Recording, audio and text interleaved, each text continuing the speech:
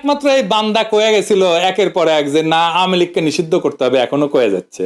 আসিফ নজরুল সেই কিন্তু প্রথমে কইছিল আওয়ামী লীগ ঐতিহ্যবাহী দল, আওয়ামী লীগ নিষিদ্ধের পক্ষে সে না। শুনেন, আওয়ামী লীগ বাংলাদেশের স্বাধীনতা সংগ্রামে নেতৃত্ব প্রদানকারী দল, বিভিন্ন গণতান্ত্রিক সংগ্রামে এই দলটার অবদান ছিল। গত 15 বছর তারা যা করেছে সেটা তাদের ঐতিহ্যের সাথে যায় না। ব্যক্তিগতভাবে আমি বলছি, দল হিসেবে আওয়ামী লীগ নিষিদ্ধ করা মনে হয় না সমীচীন হবে। আওয়ামী লীগকে নিষিদ্ধ না করার পক্ষে একটা স্ট্রং গ্রুপ দাঁড়ায় গেছিল। মাহফুজ দেখেন কি কইছিল, আমি আওয়ামী লীগ নিষিদ্ধ করে দিব। নিষিদ্ধ করবো, কিসের প্রক্রিয়া করবো? আওয়ামী লীগ যারা বিশ্বাস করে, আওয়ামী লীগে যারা ইমান আছে যাদের, তাদেরকে আমি কিভাবে ডিল করবো? তারা তো আমার সোসাইটিতে আছে, তারা তো নাগরিক। সবাই শ্রী চৈতন্য শাস্তিছিল। মির্জা ফখরুল পর্যন্ত, জামাত পর্যন্ত মাফ করে দিল। ফল হইল কি? এই যে দেখেন,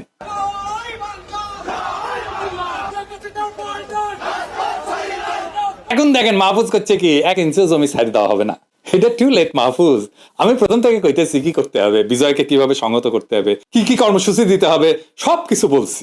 কেউ কথা কানে তোলে নাই। চোর পলাইছে তো এখন বুদ্ধি বেড়াইতেছে সবার।